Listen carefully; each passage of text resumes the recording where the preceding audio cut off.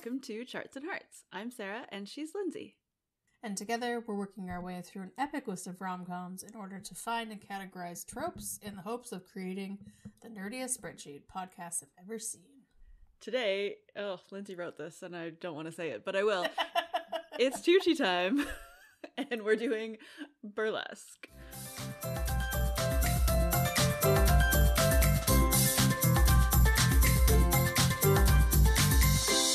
We're doing 2010s, better than it should have been, but not as good as you want it to be. Burlesque, starring Cher and Christina Aguilera. And Stanley Tucci. This movie is so... I have so many questions. Yes, and, it could have been way worse than it is. Oh, yeah, 100%. But then when you watch it, you see, there's so much potential, and it's just not there. I remember we went to the theater, the little tiny theater that used to be right in our neighborhood, literally across the street from Lindsay's apartment. Well, it wasn't Lindsay's apartment at the time because it was so long ago. And we're completely blown away both by how good it was, but also I feel like we'd been at the bar before, and so had to pee so much. Because it was long. We went to the bar afterwards. Yeah, maybe. And it was. This movie is 2 hours long. Yeah. It could be a solid 85 minutes. Yes. Yeah. Yeah. We could cut out one of the 3 songs about Burlesque. Right? I was like, didn't we hear this song already? Oh no, it's a different song. It's a different song how about it's Burlesque. Time for Burlesque. Or one of the songs where Christina's wearing a short blonde wig and is being saucy. Oh my gosh. They're exactly the same. The hairdo montages. Oh man. Okay, we'll get into it. Sorry. Yeah. Basically, quick summary because the plot is pretty minimal. Christina Aguilera comes from a small town. She's dreams of making it big in the big city. She has no family. She moves to LA. She's trying to get a job. Acting, singing, I think. It's hard to know. And then stumbles upon a burlesque club run by Cher and Stanley Tucci, and badgers her way into getting a job there, and then saves the day by singing, and then falls in love with the bartender / band leader. No, he's not actually in the band, which doesn't make any sense at all. Oh, isn't he? So there's a guy in the band that looks like him that wears he plays the piano once. He's just jamming with them. Yeah. Anyways, yeah. Whatever. He's a musician, he's the bartender. They fall in love. There's drama, but there's no need for drama. And then Christina Aguilera saves the burlesque club from the evil developer McSteamy. Yeah. Yeah, but it's basically, have you seen Coyote Ugly and want to see Christina Aguilera in it, but also Stanley Tucci? This movie is for you. Basically. And then Cher. And Cher is also present. And also the weirdest cast of all casts. Yes. So many Kristen Bell plays the bad guy, or the bad girl. Yeah, so Kristen Bell plays the bad guy, and there's no real knowledge as to why she's so bad. Well, I mean, she's an alcoholic, and then she's just a mean girl. She's a mean girl, but also she's supposed to be Cher's best friend, and they built the club together, and I forgot to look up the age differences, but it's a lot. 25 years at least, or something. Kristen Bell's my age, so she's 40-ish, and no, Cher so must be old enough. Well, no, because I was just thinking of Mamma Mia. Here she goes again. But Cher actually isn't old enough to be Meryl Streep's mother. No, I'm just typing Mamma Mia. This isn't. Hold on. Cher was born in 1946. Okay, and Kristen Bell is probably 80. And Kristen Bell was born in 1980, so they're 35 years apart. Yeah. So it's just the weirdest. They can be friends, and they could have choices. Built a business. Oh yeah. But yeah. And so the thing is, again, we'll get more into this, but Kristen Bell doesn't sing in this. Yeah, she just lip syncs and dances. Did they pick her? Yeah. For this role, she could have been in it, sure. Yeah, but why? It's super weird. This role, it could have been anybody who is Cher's age. Or like even a little bit older than Kristen Bell. Yeah. Yeah. Who also doesn't sing or can sing. Like, it doesn't matter. It's just the weirdest choice. Like, if she could sing and didn't, it would make more sense of why she's so jealous of Christina Aguilera. Mm-hmm. Yep. Like, you know, if she'd always wanted to sing at, you know, professionally and then ended up doing this burlesque thing instead, and then the singer comes in and then makes the two work together, like, maybe, but... Maybe. But, like, you put Christina Aguilera and Kristen Bell up there, like, the octave off would be pretty intense. Oh, yeah. So, it's a weird choice. But not the weirdest choice. No. I don't even know what the weirdest choice is. Maybe Alan Cumming? I think it's Alan Cumming. Yeah, because it's just like, did he need money? Like, maybe. I mean, this was maybe before Alan Cumming kind of was big-ish, like, not in theater in the States. Because I think it was probably before or around when he was doing Good Wife. So basically, they cast Alan Cumming to just, like, sit there and look kind of himself. Like Alan Cumming. And then he does one dance number that's, like, played for laughs. And also doesn't sing. And basically, he's just there. It's very weird. It's very not that strange. I want to get rid of Stanley Tucci, but Alan Cumming could have played both roles. No, I agree. He could have done that role also. But again, like, I don't think people saw him as that role yet. Like, now people might cast Alan Cumming. That's true. That's true. But yeah, because still, of like, Good Wife and stuff. Yeah. Role, like him as the doorman, bouncer, or not really bouncer, doorman, like, doesn't need to exist. No, it could have been a extra, or it just random casting. It could have been anybody. Yeah, it totally could have been anybody. It could have been the guy that she falls for. Like, instead of being like, all of his lines could have been given to the bartender, then give the bartender, whose name I don't even know because he's so forgettable, give him some actual personality. Because he's definitely, I mean, there's lots of bad parts about this movie, but he's the weakest link. He's the weakest part. But, like, it could have been, again, like, not for the last time, it could have been a Coyote Ugly thing of amalgamation of he does all the jobs. Like, exactly. Poor, they don't have any money, so he lets people in, but he also bartends, and sometimes he plays the piano when they need to. Like, they could have made him do a bunch more stuff, which would have given him more stuff, but also would have made it more of, like, this place is struggling. As you can tell by their outlandish costumes, huge cast and band that's just there. Yeah, I know, because they, other than when the power, or like when the speakers get pulled by Kristen Bell's character, like, the band is just there to look cute. Yeah, and to, like, play at the beginning. Because otherwise they're all lip syncing. Yeah. So, yeah, like, why are they paying a band, paying a full bar staff, paying Alan Cumming, and Stanley Tucci's character? Yep. Yeah, and then also Cher, like, she performs once in the first song, and that's basically it. Yep. This is the shop around the corner conundrum again. Like, you don't have enough money to pay your mortgage. Let some staff go. Yeah, like, you don't need 17 bartenders and a band. Yeah. And when the band's not banding, which is all the time, they can tend bar. They can bartend, yeah.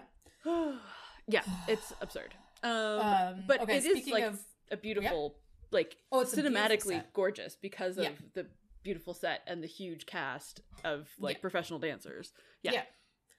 Speaking of other people who can sing, but not in this way, that's in this movie, that's a tie-in from our last movie, is Peter Gallagher. Also, just randomly here. For reasons. He plays the person who wants to buy the club. No, he plays Peter the Gallagher. ex. He plays the ex who wants to sell. Peter Gallagher plays Cher's ex. Yeah. This movie was cast like it was going to be huge.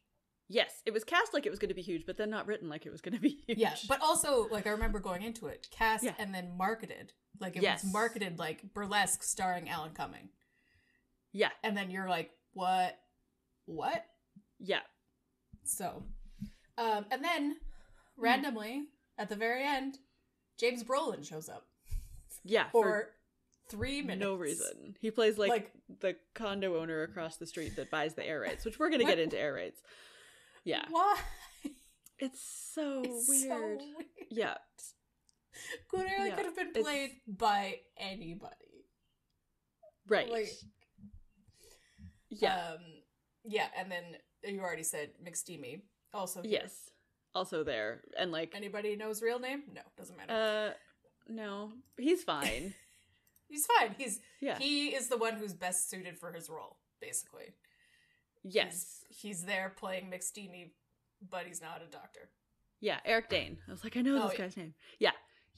He's playing McSteamy as a douchey Hollywood guy. Yeah. So, yeah. And like, I mean, we've all seen Cher be much better at acting in this. She won an Oscar. Exactly. Like, and also like, even recently, like, have you seen Mamma Mia 2? I have. Many times. It's so good. And so, like, again, like, she's the main, like, one of the 2 stars of this movie, and she's so underused, and her writing, like, the writing for her is so bad. Well, she said in the trivia that they didn't really care about the script, which is probably some of the You can tell. Yeah. Well, like, script from a plot line, but also the lines are poorly written. And like both at like the micro level and a macro level. The macro level. The plot of like, so it's in the trivia again of like, so Julianne Hough's character is pregnant and then gets married while she has a bump and then is dancing at the end, which the very end scene could have been any time in the future. But it also was kind of like a dream sequency kind of thing. So she goes through her almost entire pregnancy in this 1 month that Cher has to find the money to pay the mortgage. Like, pretty much. Pretty much. Yeah. And then we have our very bland, I guess he was in Twilight. I've never seen Twilight, but that's like the OC also. Oh, okay. I've never seen that either. But like, he was just picked because he was like in something else that was popular at the time. They have no chemistry. No. Like, he is attractive, but like in a very bland, generic. He's very generic. Yeah. He's generic, and then they put eyeliner and a quirky hat on him, and you're supposed to think that he's, you know, a sexy musician. Like, it doesn't work. It doesn't work. And like, Christina Aguilera, you can tell she's really trying. Oh yeah, she is trying. And like, she's good, but yeah, I can only listen to her belt many times. So many times. Yeah, and then like sometimes she's like quirky sexy, like, oh, isn't it funny how sexy I am? And sometimes she's not, and I'm like, okay, we don't necessarily have to pick one, but like you're changing your personality throughout this musical number. No, like, yes, true. Because like the whole thing with Burlesque is like you're putting on a show and you're putting on a character, and like she does a really good job of that. And like I really like the many hairdos of Christina Aguilera also, like the curly hair and the sort of like and the bob and all of that. Like it's it looks cute, but it's basically, we saw what she could do in the music video for Moulin Rouge. Let's make a movie. Yes, that's basically what it was. Yep. So I mean, not a lot of attention was put on the storyline of this movie. It was more about the spectacle and the cast and the marketing and all of that. But it could have been so much better. It could have been so much better. I just have so many questions and we can't get into all of them. But But the biggest one, like it is a big plot point. But like, why were they lip syncing at all? Like, why is that a thing that people would want? Well, it's very much a thing in like burlesque and drag and all of that is like. Oh yeah, I guess so. Yeah. It just is, but and then it's just like such a firm line of like, why can't you have people sing? Yeah, or also why can't you just like, why do they need to lip sync? Why can't they just dance to music that has lyrics? Oh, and like sometimes they lip sync and sometimes they sing. Like, why is it such a black and white Yeah, it's very strange. Okay, should we talk about air rights? Because I don't know when else to... So they're a real Should we thing. put that in? Okay. Yep, the property interest in the space above the Earth's surface. Generally speaking, owning or renting land or building includes the right to use and build space above the land without interference by others. Right. So it's basically like a legal, like in this case, they use the air rights as like, I am legally like agreeing to not use my air rights by selling them to you. Mm-hmm. And it's like a more durable way than just like zoning rights, right? Like you could get the zoning because there's like, you know, zoning restrictions on how big a building can be, but like that's, you know, changeable through laws, whereas this is more of like a private business to business or person to person agreement. Yeah, that's how it seems. And like, and then so McSteamy is like, I bought the air above it, but I'm like, no, you would have, when he was talking about his view, like, you'd have to have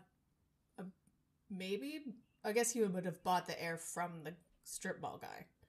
Yeah, that's what he said, because the strip mall guy needed money. Right. Yeah.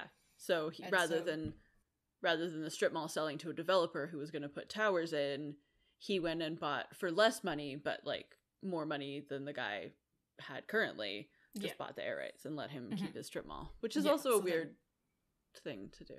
Like, why not just buy the strip mall and not develop it? Real estate guy.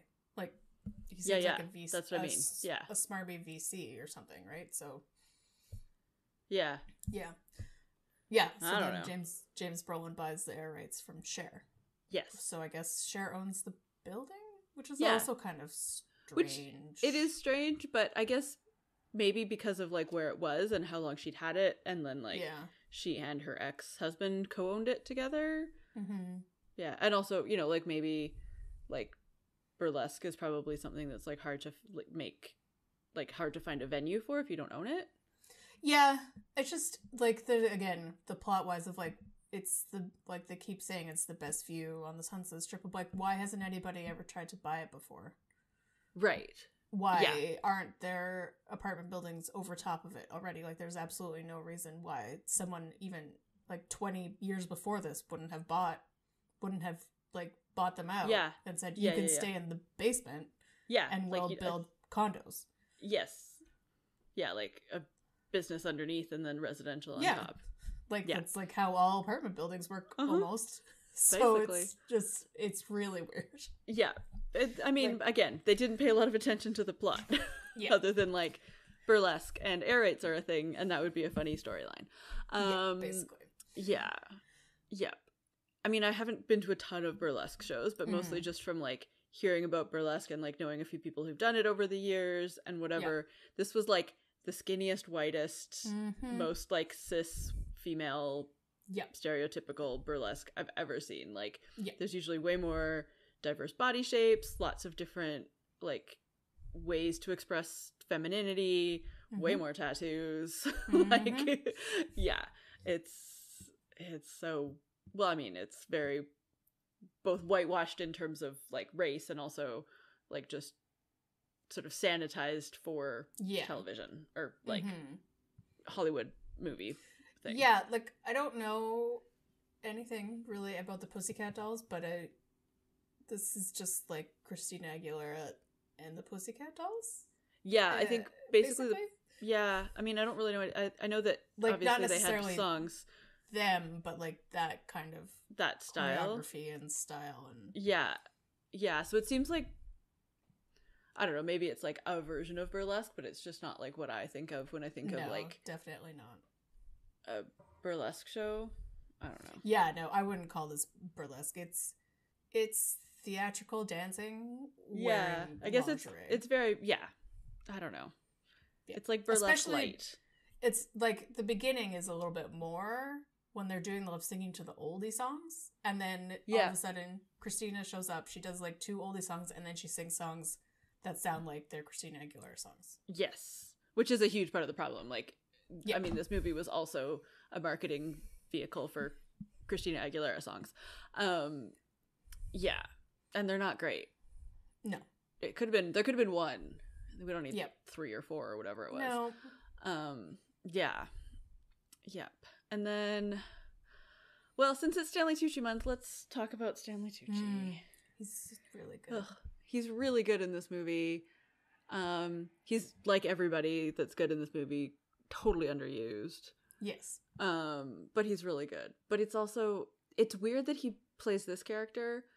I don't know which the order was. I think it was Devil Wears Prada and then Prada this, right? Was first, yeah. Yeah.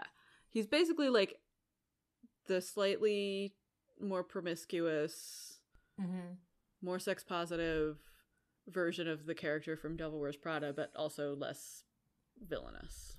Yeah. Or not villainous at all. This movie is like, let's take Stanley Tucci from Devil Wears Prada. Let's take the Pussycat Dolls. Let's take Christina Aguilera from the Moulin Rouge video. Yeah. Let's take the plot of Coyote Ugly. And let's take Alan Cumming from Cabaret and put him in a movie. Yeah, and stick it in a blender and... Oh, and throw in a little bit of McSteamy. Yeah. Yeah, it's like... It's very 2010, like all the things that were big around 2010, like the guy from Twilight / the OC, somebody from Grey's Anatomy, like all these things that were big in sort of the early 2000s. Yeah, and the line when they're like, why are all the good dancers? And they're like, oh, they're on Dancing with the Stars while we're trying to replace Julianne Hough in our show. Yeah. Isn't it funny to make fun of this thing that this actress that's like new dancer, and popular? Yeah. But also like this actress produces? Well, she does now anyway. Yeah. So I've got a special subcategory. Oh, yes. Of tropes called Special Coyote Ugly tropes. Right. Aside from like the basics, boy meets girl, that's what all movies are. The small town girl going to the big city. Mm-hmm. And robbed and her secret money stolen. Yeah. Is exactly the same thing. But also in both those cases, like, why can't she get a bank account? Like, especially like in this one, she's already been working there as a waitress, so she has a job and a paycheck, which means that she would need a bank account. You would think so, yeah. Like, unless Cher's also running a sketchy payroll thing like her old job. But like, it's not like she's not like running from the law. She's not like, she's a citizen. Yep. Right? Like all the reasons that you might not have a bank account don't apply to her because well, this is also one of those things of like, this movie is one of those like, when does this movie supposed to exist? I think it takes place in when it came out, like 2009. Well, yeah, it does, but like there's no technology. Like there's no cell phones. No. And like not even like they have cell phones, but they're still flip phones, which is fine. But it's just one of those things of like, they all use cash except for the black Amex, which whatever. Yeah, that feels fine to me, just like from people who work sort of like gig and get tips. No, like, you'd stuff have like cash, that. It's just cash. Like this whole thing of like, even Coyote Ugly was for whatever. Yeah, I just looked it up, 2006. Yeah. And that seemed a bit more cash based to me. Like she was getting, well, I guess she was getting more tips because she was actually a waitress for the entire movie. Yeah. But I'm just like, you have a bank account. And also Piper Paraboo gets robbed before she gets the job.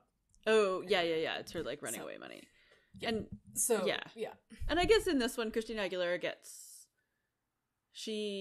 robbed before she gets the dancer job. It's just when she's bartending. She's just bartending, but still like, so unless it's like 3 days in and she hasn't gotten a paycheck yet, it could be, I guess, true if we... Yeah, so like it could be her tip money, but like, why would you put your tip money in your toilet? I don't know. Yeah, I don't know. It's all weird. It's very weird. Yeah. Yeah, so and then, basically... finds a underground club. Like, she can't get a job doing what she wants and like looks in the newspaper. That's why the technology is that she's looking for jobs in the newspaper and it's 2010.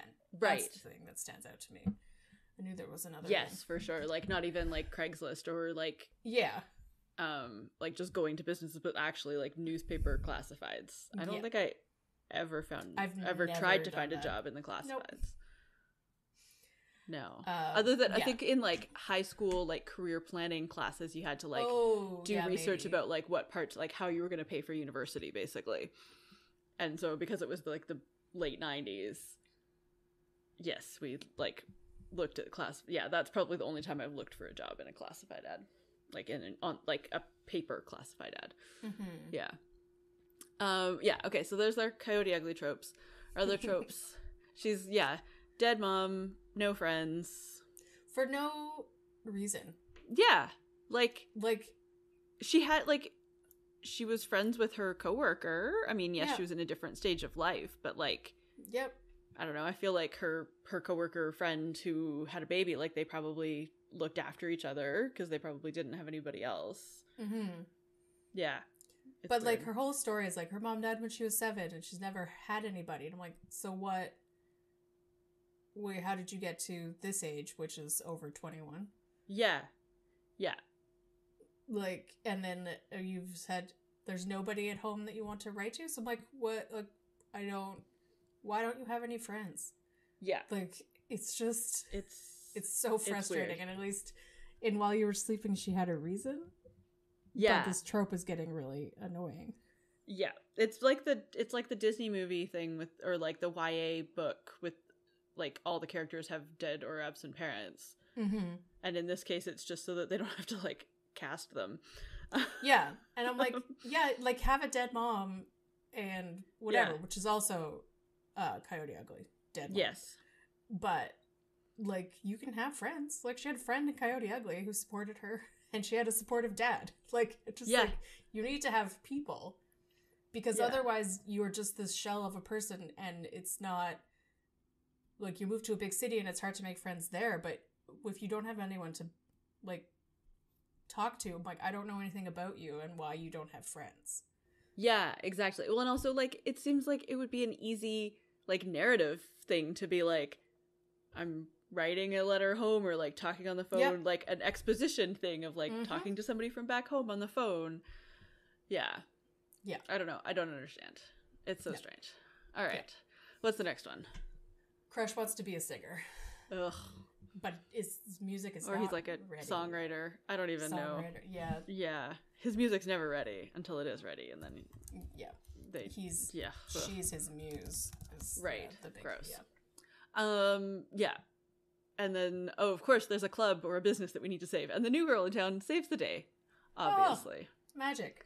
Ugh, like every Hallmark movie ever. Yep. Yeah. And then, Kristen Bell, the random mean girl antagonist who's just there for no reason. And also just, like, because women hate each other and are competitive to do whatever. Absolutely no reason whatsoever. So over it. Yeah. Oh, and they write a whole new program in one day. With, like, also, like, how is she... I mean, I know she's Christina Aguilera, and it's a fairly small venue, so she probably doesn't need to be mic'd. But, like, she was mic'd. Yep. Because you can hear her over her dancing. Yep. Where do you put a mic in a dress like that? I don't know. At one point, she's naked, so... Yeah. And... Well, there she's standing in front of him. Or, like, there are mics, like, there. Around, yeah. But... Ugh. Also, she needs to rest her voice. Yeah. Like, in between numbers, but also in between days. Yeah. Especially with a voice like that and what they want her to do with it. Well, and she's not... Like, she was working in a diner. She's not a professional singer. Like, she has an innate talent, but that doesn't mean that she knows how to use it. Like... Yeah. So her lack of support system paid for voice lessons? I don't think so. Like... So she does one dance, and then the other dancers come on and do the lip syncing again? Because then, again, that's weird. It's like, so weird. Yeah. Or does she just sing all of the time? Yeah, and then how does that work? Like, yeah. It's very strange, but don't think about it too much, because it'll make you really mad. It's the red point shoes paradox. That's what I'm calling it. Yes. Oh, good idea. Yes. Yeah. It just works. And it's spectacular, so just hand wave. Glitter, sparkles, boobs. There's nothing better than the red point shoes, so... Yeah. We'll take it. We'll get there. Don't worry. Oh, yeah. All right. Does it pass the Bechdel test? It does. Yeah. There's lots of women business owners. They talk about their job. It's great. Yeah, They talk about all sorts of stuff. They talk about makeup and dancing, singing. Oh, actually, that is a really good scene when Cher helps her put her makeup on. It is really good. Yeah. It is. Yeah, and it's one of the, and that's one of the things of that's why you need a dead mom. Yeah. To have that scene. So that Cher can be your mom. But I'm like, but she could have had a dad. Yep, she could have had a dad. She also could have, I don't know, they could have just cut out a whole bunch of stuff. Yeah. And had more of that. True. Yep. Yeah. Not just found family in terms of, friends, but found family in terms of, a mother figure. Mm-hmm. Yeah. Yeah. And also, the friends, I'm like, they don't want to talk to her until she sings, which is also kind of gross. Yeah. Of, they're not really your friends. So, I don't know. It's just... All right. But she doesn't know that they're not her friends because she's never had friends before. So how does she know what friends are? Because she has none. Right. Okay. But pie will make everything better, except probably not this pie. No. Okay. Coyote Ugly ripoff. So much. We've got a lot of things in this pie, but I feel like it's got to be high. 35. 35? Yes. Okay. Yeah. Rhinestones. This is a very crunchy pie. Careful. You might break a tooth. So many rhinestones. Pearls. We're going to call it 10%? Yeah. Yeah. Okay. This one's a little bit abstract. Choreography that is best for Julianne Hough and her type of dancers. Not to malign Julianne Hough. She's an amazing dancer. But this is not burlesque. This is Dancing with the Stars. Yes. It's theatrical dancing. Dancing with the Stars burlesque. Yeah, so choreography that's good for Julianne Hough and Dancing with the Stars style audience. 25? Yeah, that's what I was thinking. And then, in the same vein, special musical numbers written for Cher and Christina that are to showcase their voices, which are spectacular, but maybe not, the best songs for the actual movie. Yeah, so much. I think that's probably another, 25? I think so. We're gonna run out? No, because that works perfectly. Yeah. And then, last up, we have our fave, Alan Cumming, playing the MC. With 5%. Poor Alan Cumming. I'm so glad that he did better after this. Right? Yeah, that he actually got, such a good role in The Good Wife. Oh, man. Yeah. And then he went back. I just remember that we saw him in Cabaret. Remember? We did see him in Cabaret. Yeah. It was amazing. 2014. No, that's why I know that he's playing himself playing the MC. Yeah. Well, yeah, he did it before that, I think. Yes. He'd done it in the UK, and he'd done it he'd done it a bunch. And he's spectacular in it. Yeah. What do you think's next for these kids that I don't care about? Oh my gosh. I don't think that she and what's his face are going to stay together. No. Do we think that she and Cher and Kristen Bell will continue to have a happy life of being burlesque dancers and business people? I don't think so. Cher maybe, because now that she's got the money, I wish that she would get a financial advisor. But maybe agreed. She will. I don't know.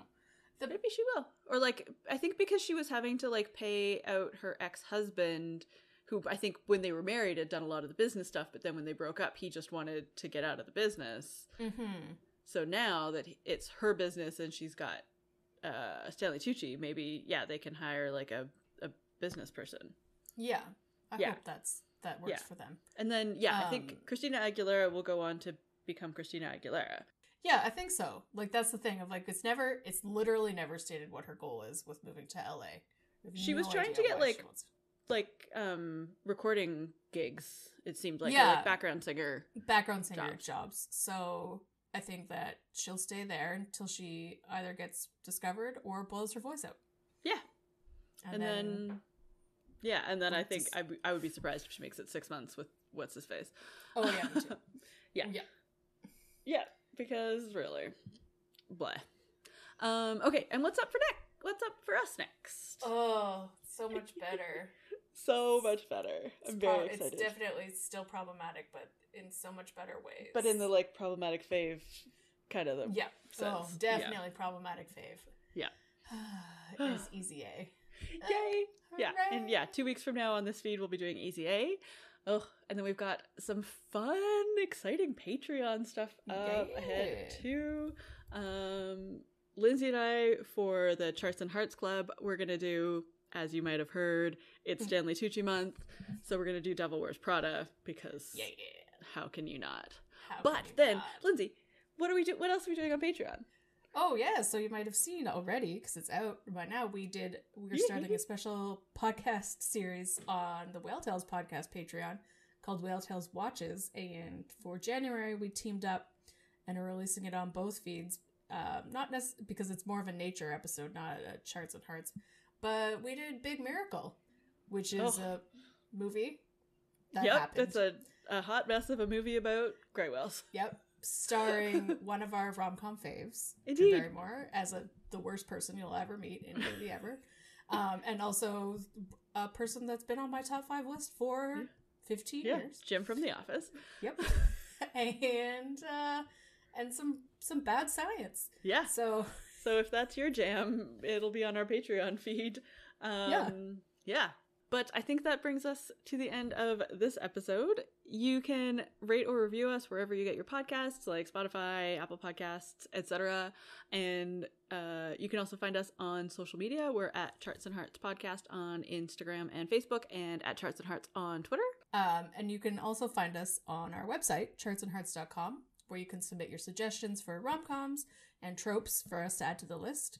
And you can check out our Patreon at patreon.com/chartsandheartsclub. Soon, the patrons over there will get a look at the next 6-ish months schedule, because we just planned it on one of our famous planning walks. And it's so good, and I'm so excited. Indeed. And we haven't even gotten to Mamma Mia or Center Stage yet. Oh my god. So don't forget to let us know your thoughts about this movie. And in the meantime, I'm wearing a wig right now. Bye.